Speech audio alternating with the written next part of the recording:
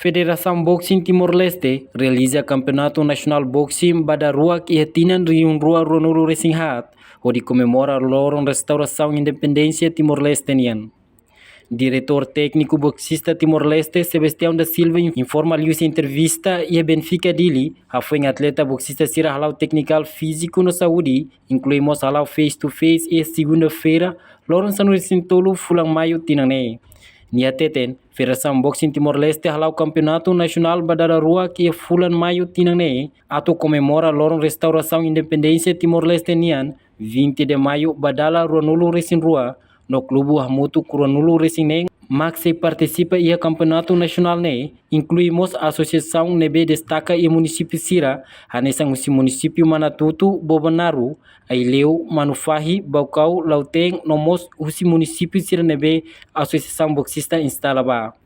Atleta Sira Nebe atu compete e a Campeonato Nacional Ne, Hamutuk atus Rua Tolunulu Racing Ne, no fating atu realiza evento Ne e ginásio GMT Dili. Obrigado Pak tempo ihane Federação Boxing Timor-Leste halau Campeonato Nacional Badalarua ia bulan Maio 2024 onde atu comemora Loron Restauração Independência Timor-Leste nia. Clube Ira masih participa ya Campeonato Badalarua. Ihane agora dada clube 26 clube nebeme estala ya di Lilaran Tomak ne incluímos associação e 13 associação maka agora dada participa ya jogo da Campeonato Nacional Campeonato Nacional Boxing 2024 idane. Se joga ini bem. Kalau tani joga ini bem.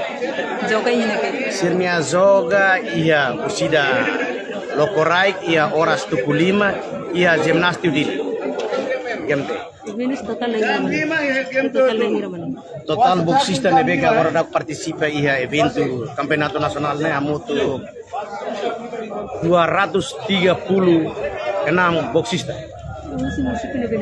Associação Serne Macanesa Manatutu, Bobonaru, Aileu, Same, Baucau, Lauten, incluído município Sirnebeque, Associação Boxing Estalaba. Reportagem Nova Magno, Televisão Timor Post.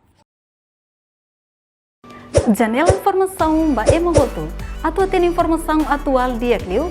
Kita haluha, haneham botão subscribe, like, halo comentário no fahe tutang ba media sosial hotu.